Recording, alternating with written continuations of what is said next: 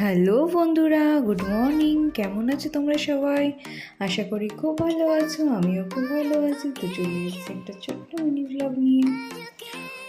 তো দেখো, এদিকে আমরা সকাল সকাল স্নান টান করে সব রেডি। মাকে নিয়ে অ্যাকচুয়ালি যাবার আছে এক জায়গাতে। তো তার জন্য বাবা মা আমরা সবাই রেডি, দেন আমরা বেরোবো।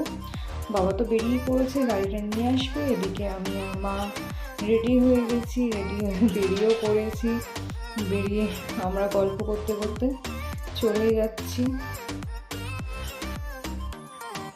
তো দেখো, আমরা চলে এসেছি, গাড়ির কাছে বাবা চলে আসছে।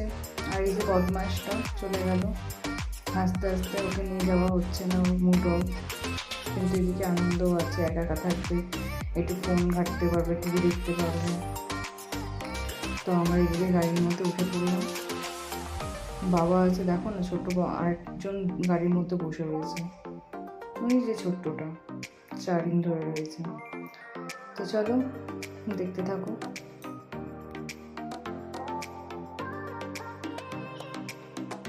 তো দেখো, বেরিয়ে পড়েছি এখন। ওই দেখো, বোন দাঁড়িয়ে আছে। আমরা যতক্ষণ না বেরোবো এখান থেকে ততক্ষণ ও দাঁড়িয়েই থাকবে, মানে আমাদের আর কি রাস্তাটা থেকে। ও আমাদেরকে দেখে। আর জানো তো, এত গরম পড়েছে, মানে গরমটা ঠিক মানে কি হচ্ছে, ওয়েদারটা ঠিক বোঝা যাচ্ছে না। আর এখন যে এত গরম স্টার্ট হয়ে গেল, মানে আরও তো দিন পরেই রয়েছে।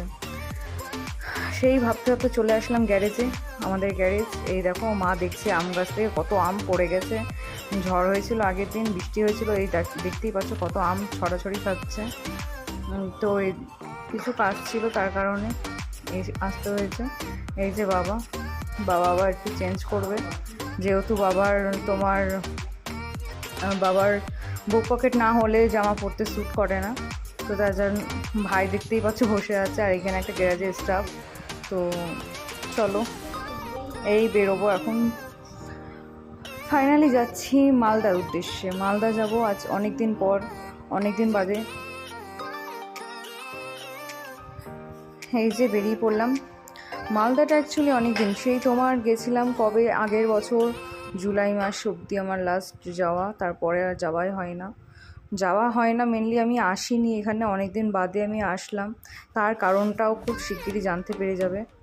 তো দেখো, আমরা ব্রিজের উপরে উঠেই পড়েছি, আর খানিকক্ষণের রাস্তা যাব। আর ভালোও লাগে না এত গরমের মধ্যে কোথাও যে বেরিয়ে একটু ঘুরতে যাই বা কিছু, একদম ভালো লাগে না। তো এই দেখতে পাচ্ছ আমাদের মালদা টোল,